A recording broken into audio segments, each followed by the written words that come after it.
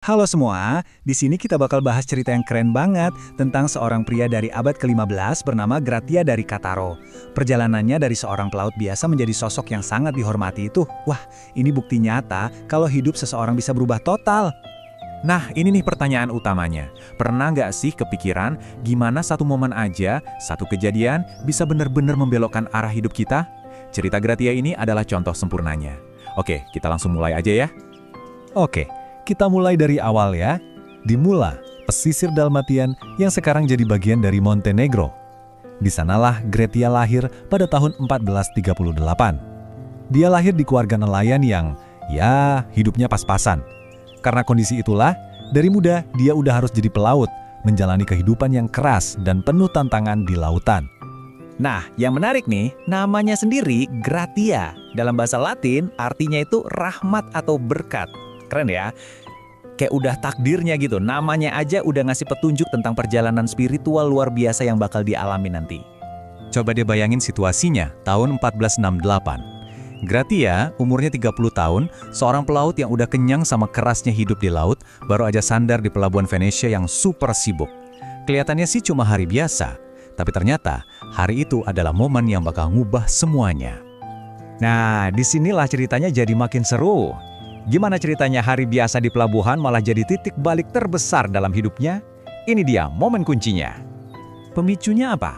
Ternyata bukan badai atau pertempuran di laut, tapi kata-kata. Dia nggak sengaja dengerin khotbah dari seorang biarawan Agustinian, dan khotbah itu langsung ngena banget di hati dan pikirannya. Pesan pertama dari khotbah itu, wah benar-benar kayak nampar dia. Khotbah itu ngebahas soal betapa kosongnya hidup duniawi yang selama ini dia kejar.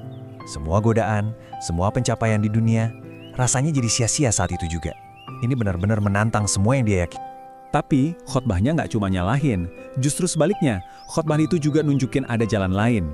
Sebuah jalan hidup yang jauh lebih berarti, yang tujuannya adalah keindahan hidup yang kekal. Jadi ada harapan baru yang ditawarkan. Reaksi Gratia gimana? Nggak pakai lama, nggak pakai mikir-mikir lagi. Dia benar-benar tersentuh. Saat itu juga dia ninggalin kapalnya, ninggalin semua kehidupannya sebagai pelaut, dan mutusin buat jadi seorang bruder Agustinian. Keputusan yang luar biasa drastis. Perubahannya itu benar-benar 180 derajat loh. Coba bayangin bedanya.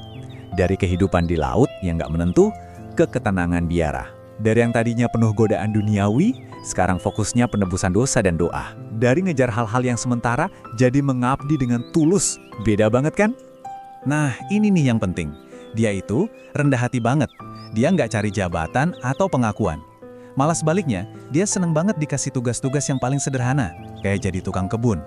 Baginya, itu cara untuk menebus dosa-dosa masa lalunya, dan dia lakuin semua itu dengan senang hati. 15 tahun loh. Coba bayangin, ini bukan soal iseng-iseng atau coba-coba. Angka ini nunjukin betapa serius komitmennya.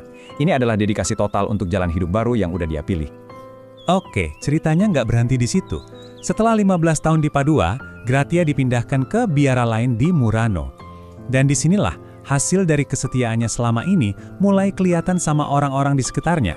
Jadi, karena imannya yang kuat banget dan hidupnya yang suci, katanya dia dapat karunia-karunia spiritual yang luar biasa. Dia bisa tahu hal-hal yang tersembunyi, bisa lihat masa depan, bahkan bisa menyembuhkan orang sakit lewat doanya. Ada juga cerita kalau selnya di biara sering bersinar di malam hari. Semua ini lahir dari pengabdiannya yang tulus. Oke, biar gampang, ini rangkuman singkat perjalanan hidupnya. Lahir tahun 1438, terus momen pertobatannya di Venesia pas umur 30 tahun, pindah ke Murano, dan akhirnya wafat di Venesia pada tahun 1508. Garis hidup yang jelas banget perubahannya. Dan ceritanya belum selesai loh. Bahkan setelah dia meninggal di tahun 1508, pengaruhnya terus berlanjut.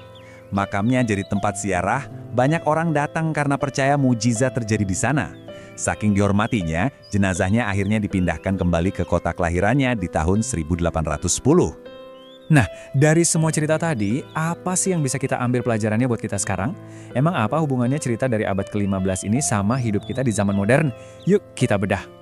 Jadi intinya gini guys, cerita Gratia ini ngajarin kita kalau perubahan total itu mungkin terjadi. Nggak ada kata terlambat buat mulai lagi. Dia juga nunjukin kalau kerendahan hati itu justru sumber kekuatan. Dan kalau kita setia ngelakuin hal-hal kecil, hasilnya bisa jadi luar biasa. Dan sebagai penutup, coba deh kita renungin pertanyaan ini. Gratia menemukan momennya di sebuah pelabuhan di Venesia. Nah, pertanyaannya sekarang buat kita masing-masing. Momen rahmat apa atau mungkin pesan apa yang sebenarnya lagi nunggu buat mengubah arah hidup kita? Sesuatu untuk kita pikirkan.